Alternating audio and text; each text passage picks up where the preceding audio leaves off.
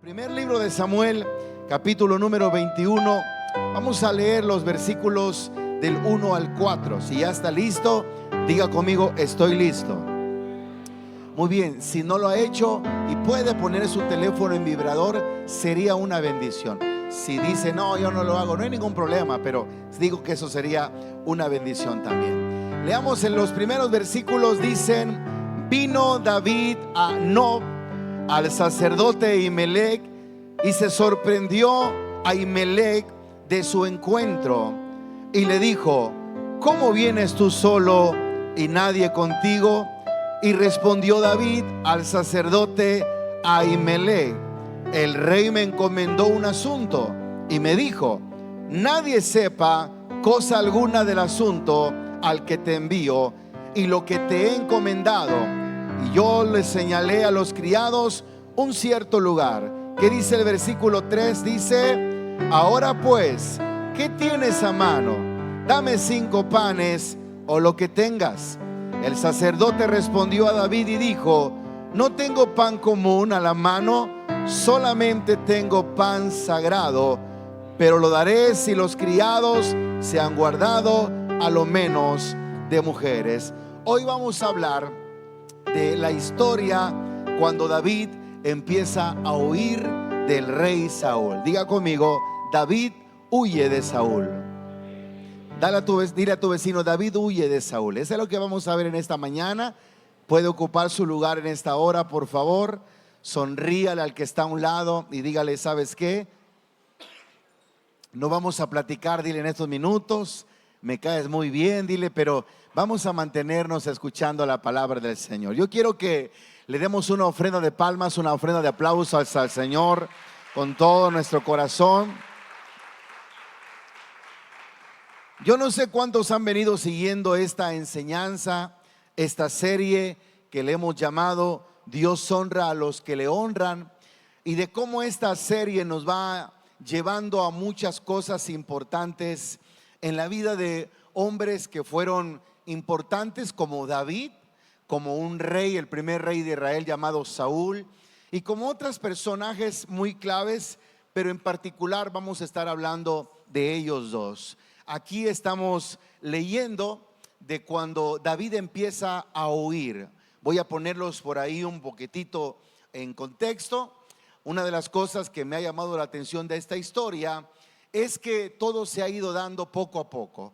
Ustedes recordarán cuando de repente Saúl empieza a tener celos.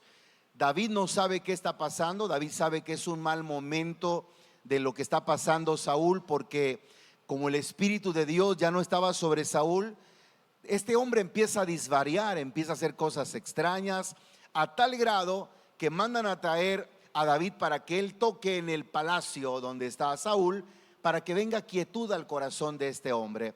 Entonces David está consciente que en algún momento Saúl se enoja, Saúl se irrita, tira las cosas, le cae mal medio mundo, pero ya en repetidas ocasiones Saúl ha querido matar a David. Y hay algo que David no entiende: ¿por qué me quiere matar? Ahora, el día jueves analizamos por qué lo quería matar, por qué Saúl tenía tantos celos de este hombre llamado David. Y a pesar de eso, David se sigue manteniendo tranquilo, con quietud. Pero ya llega un momento en el que ya no puede más. ¿Sabes por qué? Porque entonces Saúl reconoce que lo quiere matar. Saúl se da cuenta que él es su enemigo. Para Saúl, David es un enemigo, no es un compañero. Y eso que está pasando es algo que mueve el corazón de David. Porque si usted recuerda, no sé, repito, cuántos han venido siguiendo la historia, pero si usted recuerda, David pasó momentos muy especiales. Imagínate ahorita, el tema del que vamos a hablar es de David cuando huye de Saúl. Está huyendo, es un prófugo, y es un prófugo de la justicia. ¿Por qué? Porque la justicia en aquel tiempo era el rey, pero ahora está en condición o en calidad de una persona que está prófuga y que está huyendo, y la gente lo empieza a seguir. Una de las cosas que a mí me llamó mucho la atención cuando estaba haciendo este tema es que, si todos recordamos, en capítulos anteriores a David lo ungieron como rey. David mató un gigante, vivió momentos gloriosos, o momentos de gloria, o momentos donde Él, yo no sé, platicábamos con mi esposa el día de ayer en la noche con respecto a esto, y recordábamos que cuando en algún momento, y quiero que vaya en su Biblia a leer algunos versículos, capítulo 16, si me pudiera apoyar, el capítulo 16, versículo 11, dice la Biblia que David es honrado en su casa. Su papá lo manda a llamar por órdenes de Samuel, y cuando están en la casa lo ungen delante de todos sus hermanos, y viene el Espíritu de Dios sobre David, porque es algo especial lo que está pasando. Capítulo 16, versículo 11, mis hermanos, ¿lo tenemos? ¿Qué dice? Entonces dijo Samuel a Isaí: ¿son estos todos tus hijos? Y él respondió: queda uno, el menor, aún el menor, que apacienta las ovejas. Se está refiriendo a David. Y dijo Samuel a Isaí: envía por él, porque no nos sentaremos a la mesa hasta que él venga aquí.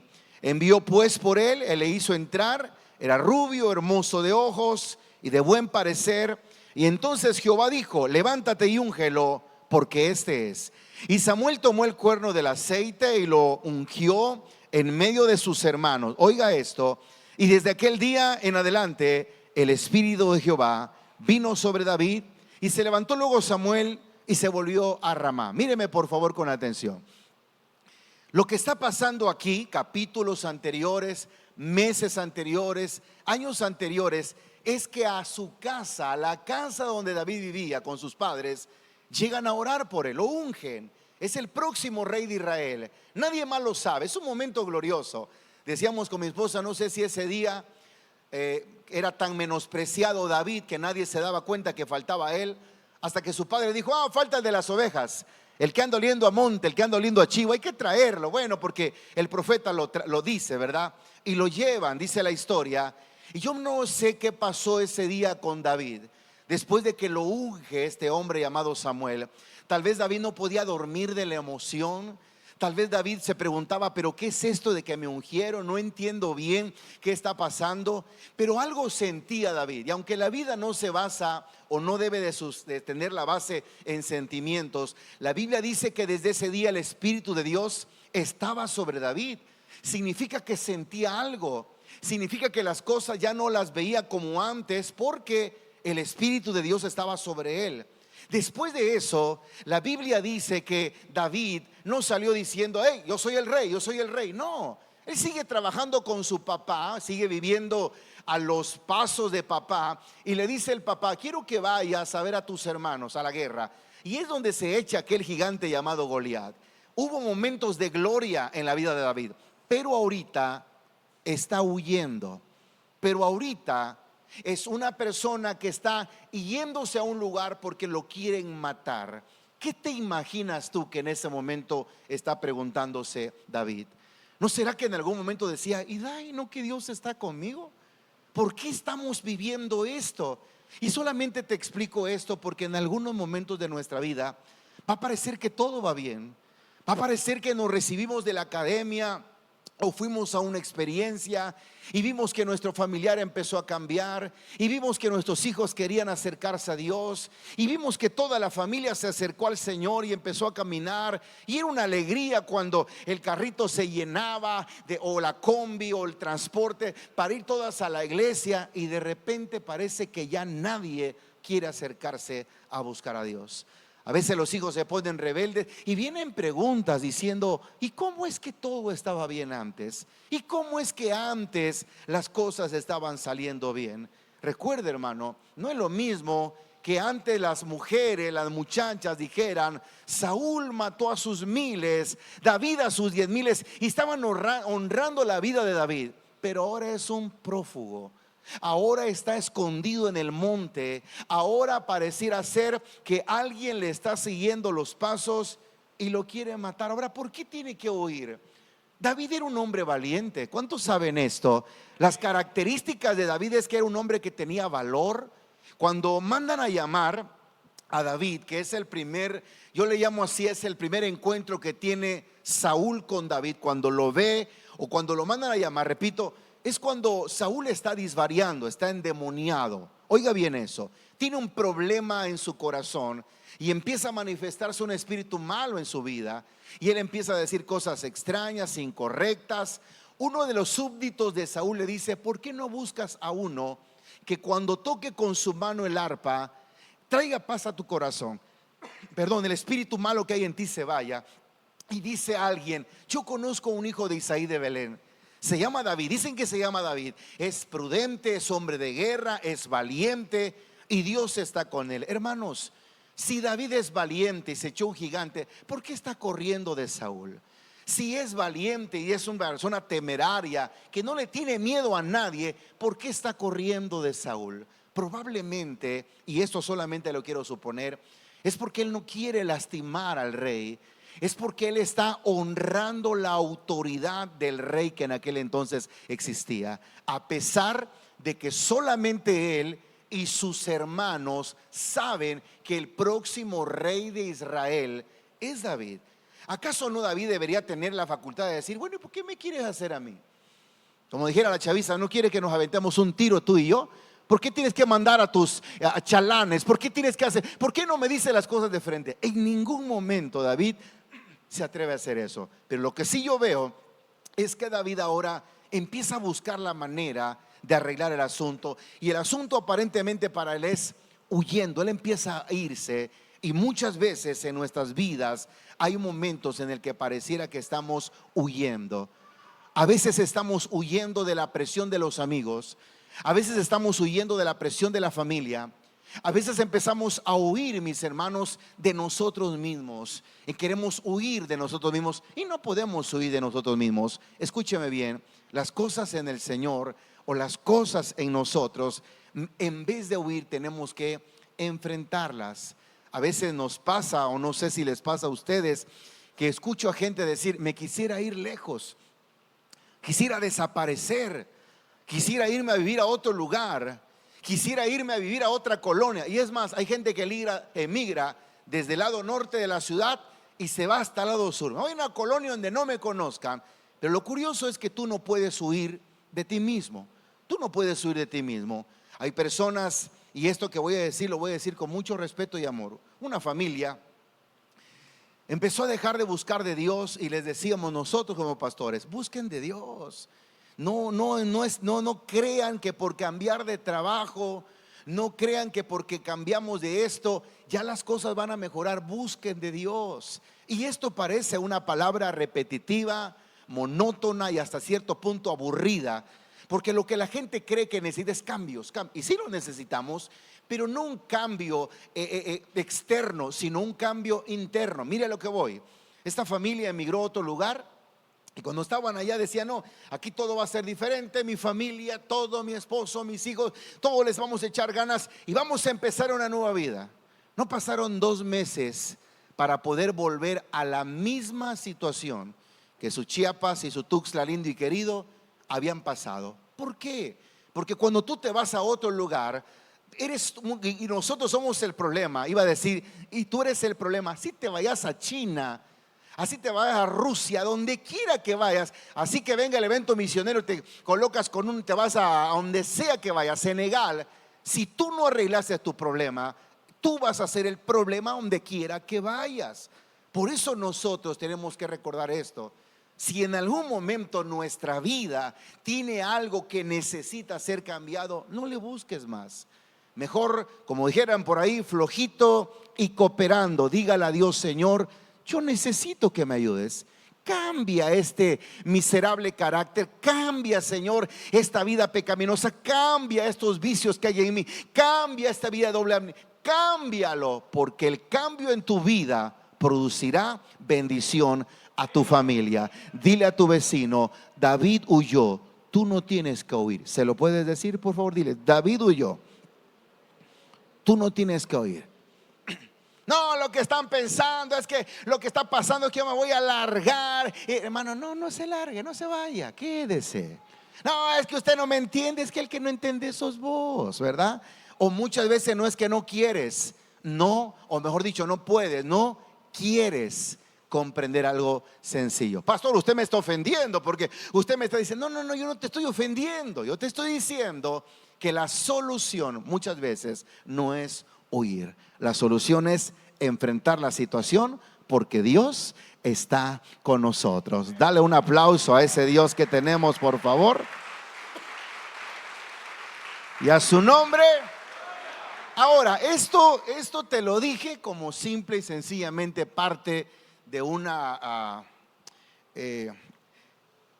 expresión que Dios puso en nuestro corazón, porque el tema que te estoy hablando va más allá de lo que te estoy diciendo. David huye, repito, porque no le queda de otra. David tiene que huir porque él ha platicado con Jonathan, su amigo, y cuando platica con Jonathan le dice David a Jonathan, ¿sabes qué? La muerte está cerca de mí, está a unos pasos, me viene siguiendo, me va a matar. Y Jonathan le dice, tranquilo, no seas tan exagerado, no te va a pasar nada. Y le dice, ayúdame a averiguarlo. David le dice, ayúdame a averiguarlo. Acuérdate que Jonathan es el hijo del rey Saúl, el hijo del rey Saúl. Y obviamente el rey Saúl y Jonathan en algún momento no tienen mucha comunicación, porque él sabe que David es el mejor amigo de Jonathan. Entonces, una de las cosas que empieza a pasar en ese contexto es que viene una fiesta, una celebración. Diga conmigo, fiesta. Vamos, dígalo fuerte, celebración. Viene una celebración, y en esta celebración donde van a estar ellos, necesariamente tiene que estar David, porque es parte del equipo de Saúl. Y al ver Saúl que no va a estar David, se va a preguntar qué está pasando. Entonces ellos hacen un pacto, Jonathan y David hacen un pacto. Mira, si cuando tu papá no me vea, porque sabe que te pedí permiso para ir con mi familia, él se enoja, significa que él me quiere matar. Pero si él no se enoja, significa que todo va a estar tranquilo. Eso es lo que le dice Jonathan a David. Entonces, después de que se descubre que Jonathan descubre que está mal el corazón de Saúl, lo que hace David es correr. Y aquí tenemos la historia. Yo quiero que leamos el versículo número 2. Y respondió David al sacerdote Ahimelech, que es a donde llega. Y respondió Saúl al sacerdote Ahimelech, que es a donde él está. Y el rey me encomendó un asunto. Esto lo dice David. Y me dijo, nadie sepa cosa alguna del asunto al que te envío o al que te he encomendado. Dice, y yo le señalé a los criados un cierto lugar. Ahora pues, ¿qué tienes a mano? Le está preguntando David al sacerdote. Él llega al sacerdote a un lugar llamado Nod y le pregunta, ¿tienes algo para comer? ¿Tienes ahí algunos panes para que yo pueda comer? Y el sacerdote respondió a David, dijo, no tengo pan común a la mano, solamente tengo pan sagrado, pero lo daré a los criados que se han guardado, a lo menos de mujeres. Y David respondió al sacerdote y le dijo, en verdad las mujeres han estado lejos de nosotros ayer y anteayer. Cuando yo salí, los vasos de los jóvenes eran santos.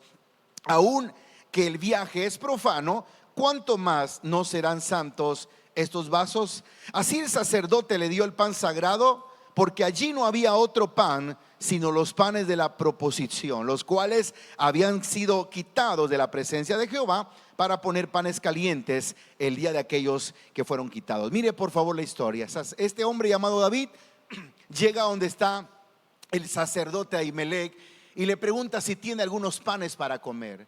Entonces Ahimelech le pregunta, oye, ¿tu visita es pacífica? ¿Qué está pasando? Y entonces David avienta una mentira y dice, mira, lo que pasa o lo que está pasando es que el rey, eso está diciendo David, el rey, como yo soy su caudillo mayor, me mandó para que yo pudiera vengo a hacer un negocio, vengo a traer algo, vengo a buscar algo, pero es un secreto, eso no lo puedo decir. Eso era mentira. David venía corriendo de Saúl, no iba a ver eso, pero empieza a platicar y a Ahimelech le preocupa un poquito el hecho de que diga, oye, pero ni siquiera tienes para comer. ¿Acaso quieres panes para poder comer? Y no solamente le pide eso, le pide una espada. Y eso es lo que en algún momento parece que no cuadra.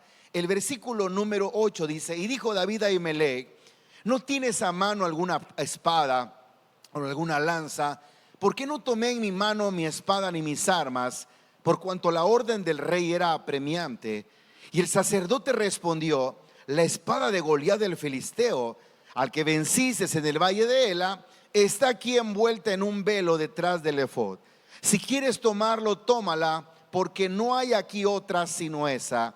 Y David dijo David: ninguna como ella. Y levantándose David aquel día, huyó de la presencia de Saúl y se fue a Aquis, rey de Gad. ¿Cómo se llamaba este rey, mis hermanos? Aquis, rey de Gad. Y los siervos de Aquis le dijeron: ¿no es este David el rey de la tierra? ¿No es este de quien se cantaban en las danzas diciendo: hirió Saúl a miles y David a sus 10,000? Y David puso en su corazón, yo quiero que me acompañe al leer el versículo 12. Dice: y David puso en su corazón estas palabras y tuvo gran temor de Aquis, rey de Gad, y cambió su manera de comportarse delante de ellos, y se fingió loco entre ellos, y escribía en las portadas de las puertas, y dejaba correr la saliva por su barba. Mire con atención lo que le voy a decir. Cuando este hombre se da cuenta que está siendo seguido por Saúl, él llega al sacerdote y le dice: ¿sabes qué? Yo vengo en una comisión que me encomendó el rey Saúl, pero no traje espada, no traje panes. A lo cual este sacerdote lo ve muy raro y dice: ¿cómo es posible que este hombre venga sin comer y sin traer una espada? Era obvio que si venía una encomienda tenía que traer su traje, su talabarte, su espada y todo, y por lo menos provisiones para comer. Después de que hay una plática, dice: tengo panes de la proposición, que eran los panes que se consagraban para Dios, y le da la espada de la cual él mata a Goliat, y era la espada de Goliat. Hay una cosa que me llama la atención, porque cuando va al rey próximo de Gad, este rey dice: ¿qué acaso no es el rey de la tierra este muchacho? Él daba a entender: ¿acaso no es aquel que derribó al gigante y que se llenó de gloria y de honores cuando lo llevaban en hombros cantando David había matado a sus miles? ¿Por qué ahora está acá? Y cuando David se dio cuenta de eso, ¿sabes qué es lo que vino a su mente? Estos tipos me van a matar. Estos me van a matar porque ellos no se van a creer el cuento que se comió a Ahimelech cuando él escuchó que yo venía en una encomienda. ¿Y sabes qué pasó? Empezó a fingirse loco. Empezó a hacerse el loco, a tal grado que la Biblia dice que dejaba correr su saliva sobre su barba y empezaba a rayar las puertas y las paredes, y la gente empezó a darse cuenta que este tenía un problema. Los historiadores dicen que entre que David fue ungido y el rey, y David llega a ser rey, pasaron entre 16 y 18 años. Escúchelo bien. Dicen los historiadores, yo no tendría la capacidad de decirte pasó este tiempo, pero lo que da a entender es que pasaron muchos años entre que el rey, o que David, mejor dicho, fue ungido como rey, y el día en el que David se enfrenta a ser ya ahora el rey. En esa temporada, en esa etapa, en ese tiempo, en ese proceso, Dios trató muchas áreas en la vida de David. ¿Por qué les comento esto? Porque muchos de nosotros, de cuando venimos del mundo, como lo llamamos comúnmente, sin Dios, y venimos a Cristo Jesús, nosotros queremos dormirnos, o mejor dicho, venir a la iglesia, aceptar a Cristo, dormirnos siendo cristianos, y al otro día levantando, mis hermanos, siendo ungidos, siendo hombres de Dios, siendo gente que ya haya cambiado, lo cual es difícil. Oiga bien esto: hubo un día en que David se levantó como una persona normal.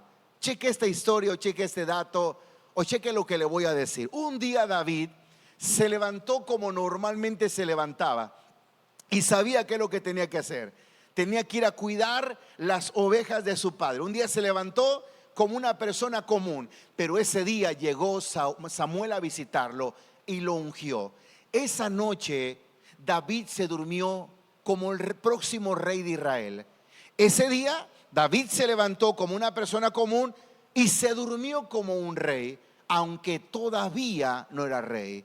Pasaron 16 o 18 años donde hubo un proceso de cambios para que él lograra ser rey. Ahora, muchos de nosotros creemos que por venir a la iglesia, o porque venimos a un culto, o porque sentimos algo bonito, o porque lloramos, o porque la palabra fue directamente a nuestro corazón, o incluso hay gente que dice: ese pastor, sin duda mi esposa o mi esposo o mis hijos le contaron mi vida, porque prácticamente está diciendo todo lo que está diciendo en mi vida, es lo que estoy pasando. Alguien le dijo a ese pastor algo. No es así, hermanos.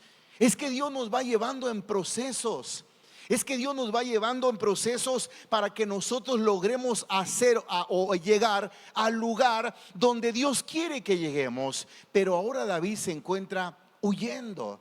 Ahora David se encuentra como que él no quiere enfrentarse, obviamente por razones normales, a lo que él está pasando. Entonces yo quiero preguntarte a ti, ¿cuál es el proceso que estás pasando? ¿Cuál es el proceso que está en tu vida? ¿Qué es lo que estás atravesando que lejos de enfrentarlo quieres huir? Si usted recordará y fue al grupo de amistad el día de ayer sábado, tuvimos la bendición de hablar de la historia del joven rico. ¿Cuántas personas no han escuchado acerca de esta historia? La historia del joven rico, el cual se acerca a Jesús para hacerle una pregunta. Y le dice: ¿sabes, maestro bueno, qué bien haré para que yo pueda heredar la vida eterna? Este muchacho sabía que existía, cuando uno moría, una vida eterna, o por lo menos había una promesa. Él estaba consciente de eso. Recuerde, la historia es muy conocida. La historia está en el Evangelio de Mateo. Bueno, algunos otros versículos, está en Marcos, está en Lucas. Pero lo que yo rescato de aquí es que Jesús le contesta: ¿por qué me llamas bueno? Solamente hay uno bueno, y es el Dios que está en los cielos. Es una plática que está entablando. Y mientras empiezan a platicar, este muchacho le dice a Jesús: ¿qué tengo que hacer? Jesús le contesta: sabes, conoce los mandamientos. Y le dice textualmente cuáles son los mandamientos: honra a tu padre, no cometas adulterio. Ahora, ¿por qué Jesús tuvo que hablar exactamente de esos mandamientos? Porque en Israel para ese entonces no solamente existían los 10 mandamientos, habían muchos mandamientos más, formados de diferentes doctrinas, de diferentes enseñanzas, de diferentes formas. La gente había agregado costumbres y los habían hecho mandamientos. Es así que habían muchos mandamientos. Por eso este muchacho, cuando le dice Jesús: guarda los mandamientos, él dice: ¿cuáles? Jesús textualmente le empieza a decir, repito: honra a tu padre, no adulteres, no cometas esto, no hagas por allá. Y él responde: todos estos los he guardado desde mi juventud. Todos estos los sé. ¿Qué más me falta? Oiga bien la pregunta que este muchacho hace: ¿qué más me falta? Y sabes que nadie le estaba preguntando otra cosa, o mejor dicho, él fue explícito en decir: ¿qué más me falta? Y yo creo que a este muchacho le pasaba, como dije ayer en uno de los grupos, que llegaba a la iglesia y cantaba, y cuando regresaba a casa se seguía sintiendo que algo faltaba. Tal vez este joven le pasa como a nosotros, que estamos en todos los ministerios, solo porque no hay uno más no estamos en ese. De repente gente que está aquí, que está allá, que va para allá y va, pero de repente cuando regresa a casa siente que sigue siendo el mismo. Y tal vez este muchacho rico sabía que le hacía falta algo, pero nadie tenía la certeza o la delicadeza de decírtelo. Nadie le había dicho: sabes que tu dinero te está estorbando. Pero le preguntó a Jesús, Jesús que lo conoce todo, Jesús que lo sabe todo. Y Jesús le dijo: si quieres ser perfecto y entrar en la vida, agarra tus bienes, véndelos, dáselo a los pobres, y luego sé uno de mis discípulos. A lo cual la historia dice que el muchacho, cuando quedó pensando en eso, se entristeció, no dijo ninguna palabra y se fue tranquilamente porque tenía muchos bienes. ¿Cuántas veces nosotros en un mensaje de domingo, de jueves, de sábado, muchas veces le preguntamos a Dios: ¿qué me hace falta? Pero cuando Dios te dice que te hace falta, tienes que dejar esto, tienes que cambiar aquello, tienes que hacer para acá, de repente huimos y decimos: no, eso no me hace falta. es que usted no me comprende. Es que, y no es que yo te comprenda o no, Dios te comprende. Dios sabe lo que estás pasando. Pero ¿estás dispuesto a dejar eso que te está estorbando? ¿Estás dispuesto a dejar aquello que te está robando tu bendición? ¿Estás dispuesto a sacar de tu vida eso que durante años acaba con tu paz? ¿Sí o no es cierto, hermanos? Que repito, podemos estar un culto acá donde danzamos, donde nos gozamos y remolineamos y regresamos a casa diciendo: Señor, ¿qué más me hace falta? Y lo que nos hace falta lo sabemos, solo que muchas veces no lo queremos enfrentar.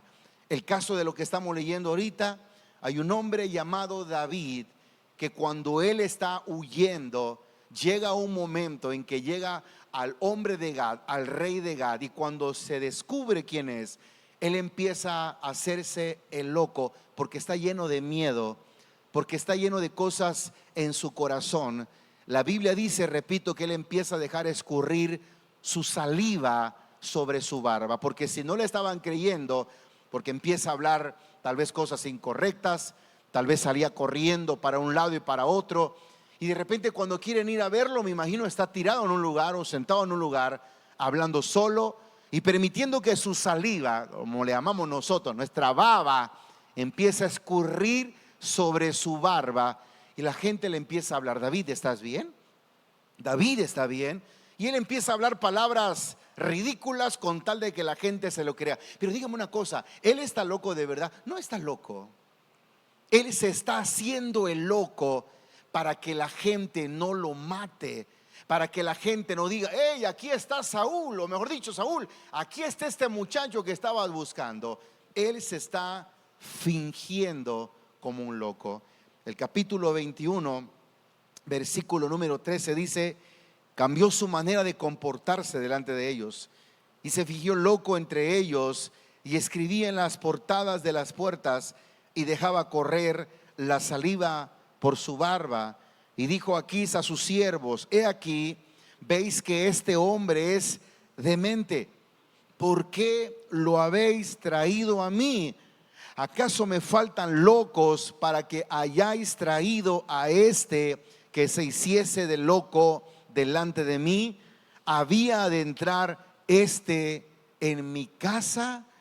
Nadie, hermano, que está tratando de fingir algo, en algún momento va a lograr. Pero a mí me sorprende mucho, mientras terminamos esta participación o esta historia, a mí me sorprende mucho cómo este hombre, teniendo que ser el rey, teniendo ya que ser alguien especial, el proceso que él pasó fue muy complicado.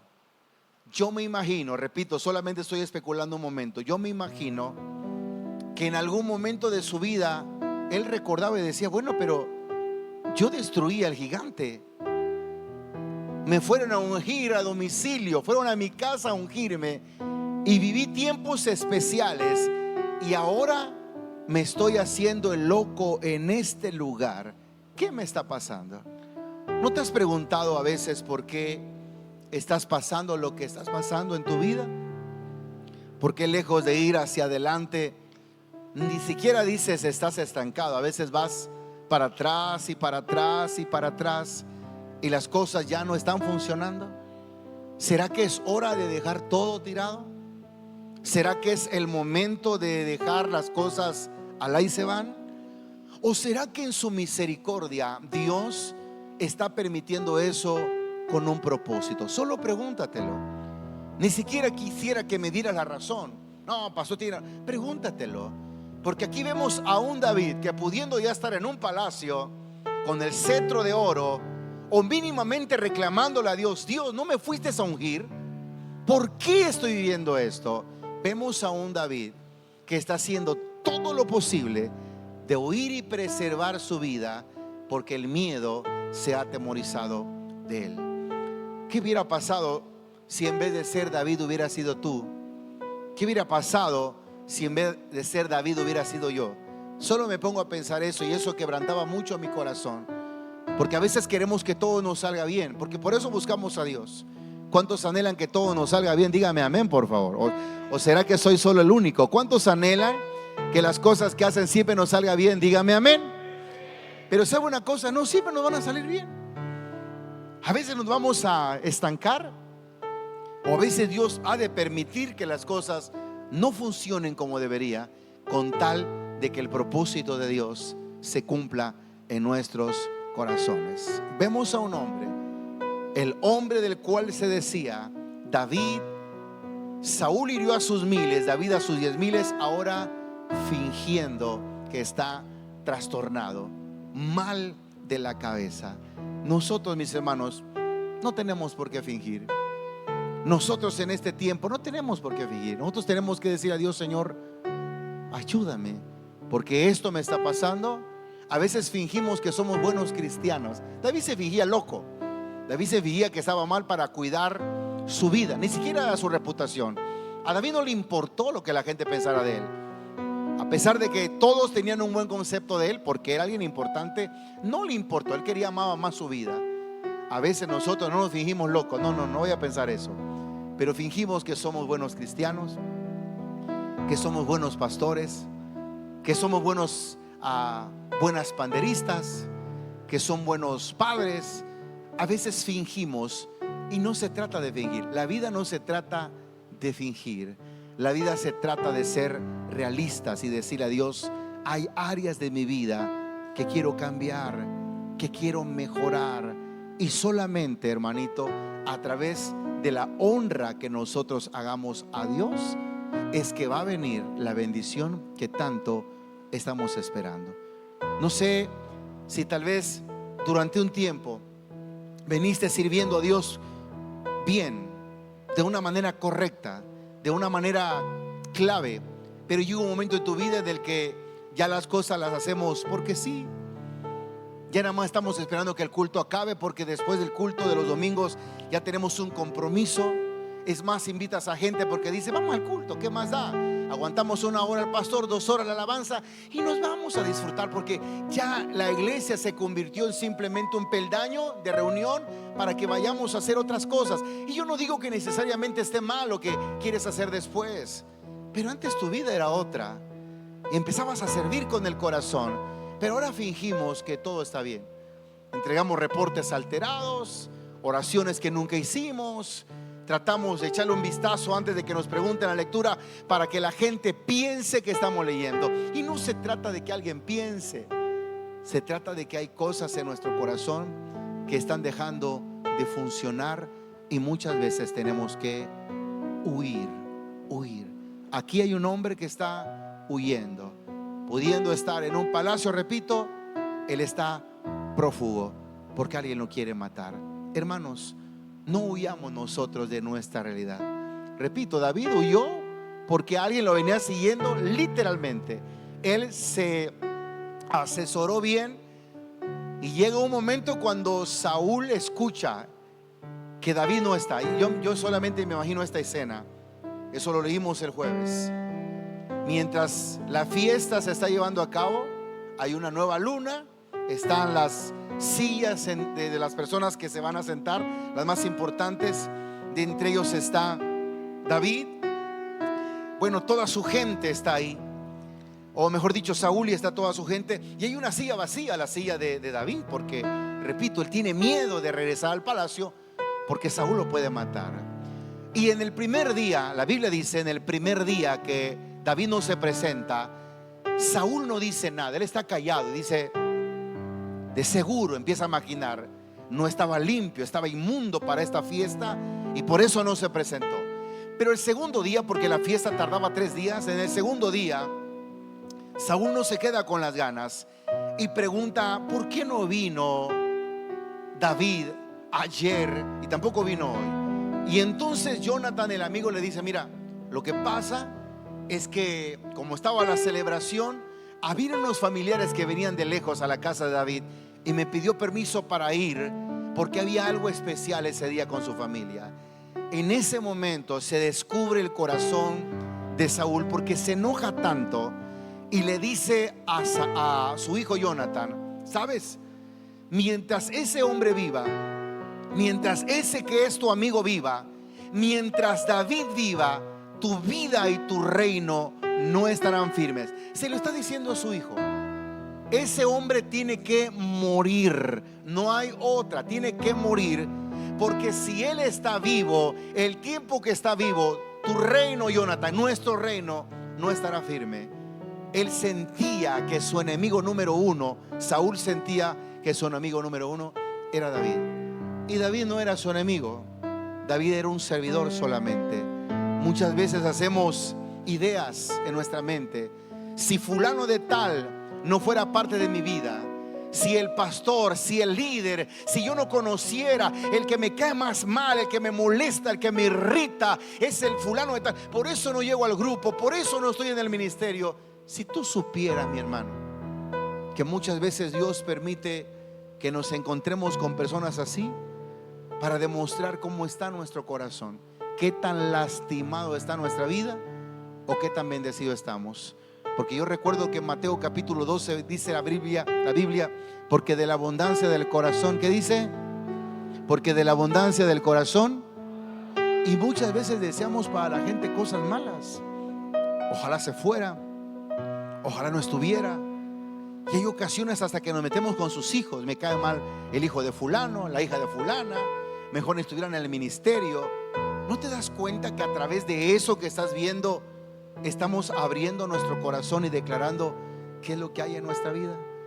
Es tiempo, mis hermanos, esta mañana de orar y de decirle a Dios: Señor, no permitas, que mi corazón se llene de odio, no permitas que mi corazón se llene de amargura, y no permitas, Señor, que el diablo me haga huir de la bendición que tengo en mi vida.